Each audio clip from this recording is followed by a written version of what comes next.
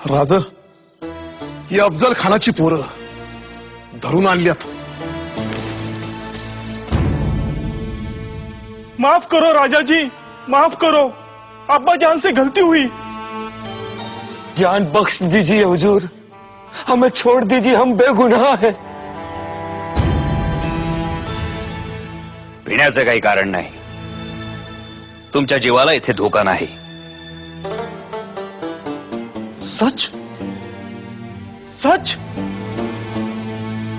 खान संपला, त्याच्याबरोबर आमचे वैरही संपले.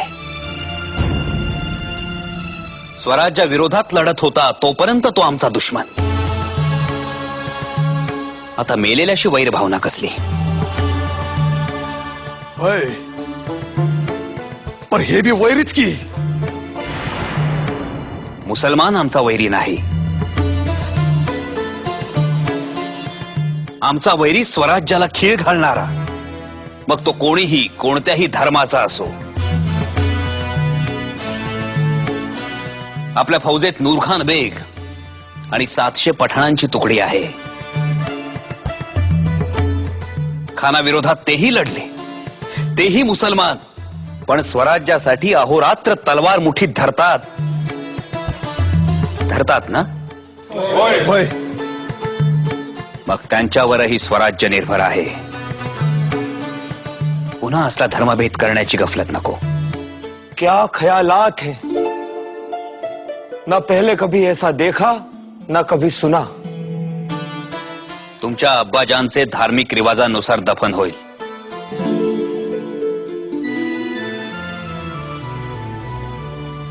दिवाबत्तीची सोय लावण्यात येईल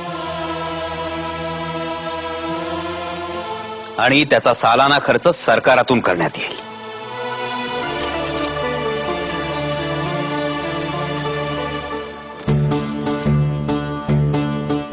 या अल्लाह, ये राजा नहीं, मसीहा है, मसीहा, फरिश्ता.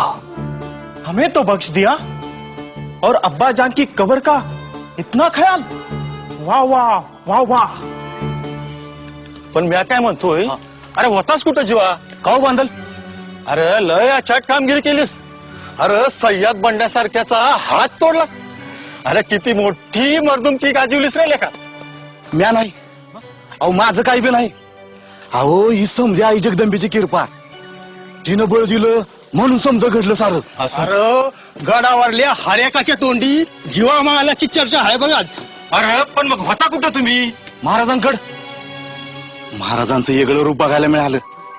अहो त्या खानाच्या पोरासनी सोडून दिलं नव्ह. मोठं काळी आहे बाबा राजाचं. अरे भाग्य आपलं, आपल्याला असा राजा मिळाला. हे बाकी खरं. बरोबर.